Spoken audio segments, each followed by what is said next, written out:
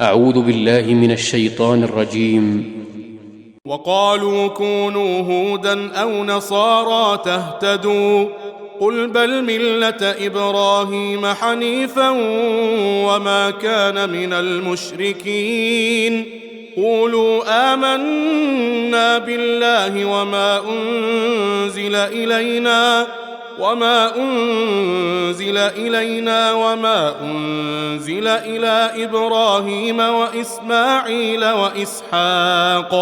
وإسحاق ويعقوب والأسباط وما أوتي موسى وعيسى وما أوتي النبيون من ربهم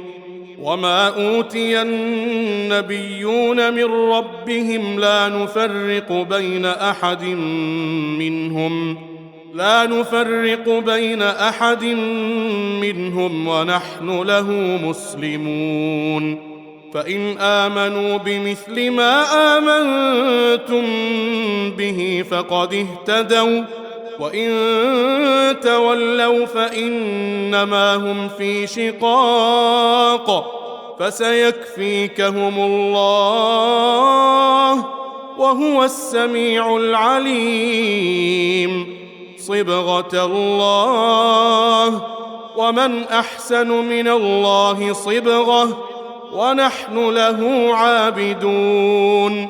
قل أتحاجوننا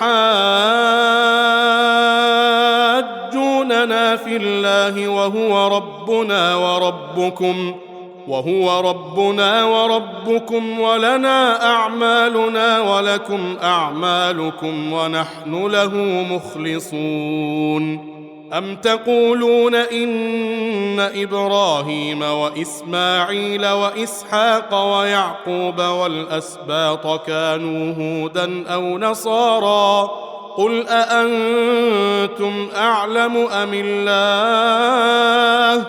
ومن أظلم ممن كتم شهادة عنده من الله وما الله بغافل عما تعملون تلك أمة